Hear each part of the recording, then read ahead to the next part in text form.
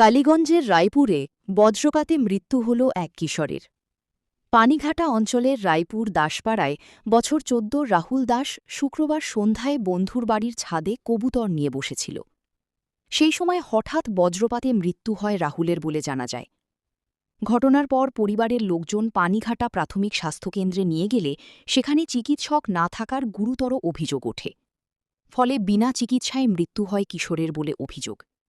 মৃতদেহ ফেরত নিয়ে যায় পরিবারের লোকজন। এরপর দেবগ্রাম ফাঁড়ির পুলিশ পৌঁছায় ঘটনাস্থলে।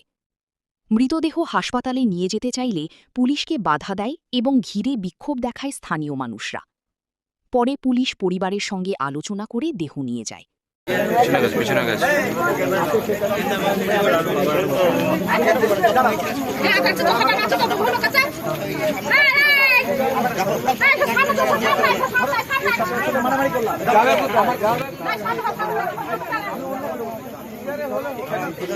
ছাদের উপরে পাহাড়ে দেখতে গিয়ে বাচ্চাটার উপরে বাজ পড়ে। সঙ্গে সঙ্গে আমরা পানিঘাটা প্রাথমিক হসপিটালে নিয়ে গেলাম। সেখানে কোনো ডাক্তার নাই, খুব দেখা সেখান থেকে ঘুরে নিয়ে আসলাম একটা চেম্বারে। সেখানে বলি যে মারা গেছে, ঠিক আছে, দিয়ে এসে বাড়ি লিখে আমরা দাহ করার একটা ব্যবস্থা করছি। এখন পুলিশ এসে আমাদেরকে ওই লাশ দিচ্ছে, বুঝলি, এটা আমাদের সমস্যা। তো পানিঘাটা হসপিটাল ডাক্তার নাই কেন, সেটার জন্য আমরা প্রতিবাদ করছি।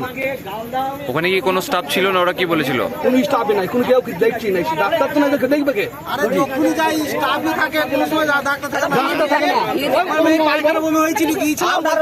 এখানে বৃষ্টি হয়েছিল, মেঘ দেখেছিল, বিদ্যুৎ পড়েছিল। আমার যে ভাইটা বাজপোটাটা মানে অসুস্থ হয়ে গেছিল, আমাদের যে পাগলাচন্ডী যে হসপিটাল ছিল ওখানে নিজে হয়েছিল। রাস্তার মধ্যে ও ডাক্তার নেই, ডাক্তারবাবু হসপিটালে নেই, কিন্তু আমরা কোথায় নিয়ে যাবো? আমরা তো তার চিন্তায় আছি যে আস্তে আস্তে আস্তে আস্তে আমাদের ভাইটা প্রাণ ত্যাগ করে। তো ওই জন্য আমরা বাইরে এসে আমরা যাচ্ছি, এখন জমা নিয়ে যাবো। এখন পুলিশ প্রশাসন এসে বলছে আমরা লাশ নিয়ে যাবো। এই জন্য আমি জানছি কি যদি হসপিটালে মারা যেত, যদি ডাক্তারবাবু থাকতো, তাহলে আমরা লাশ ছেড়ে দিতাম। এখন আমরা জানছি কি লাশ আমরা ছাড়বো না। আমার এই বক্তব্য, এই লাশ আমরা ছাড়বো না। আমাদের দাবি হচ্ছে এটাই, আমরা সরকারি কোনো অনুমোদন আমরা নেবো না, চাইছি না।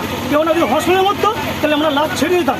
কেন বাড়িতে মারা গেছে, আস্তে আস্তে আমরা বাড়ি নিয়ে চলে এসেছি। কিন্তু এর মধ্যে আমরা পুলিশকে আমরা জানছি কি লাশ আমরা ছাড়বো না, আমাদের অভিযোগ।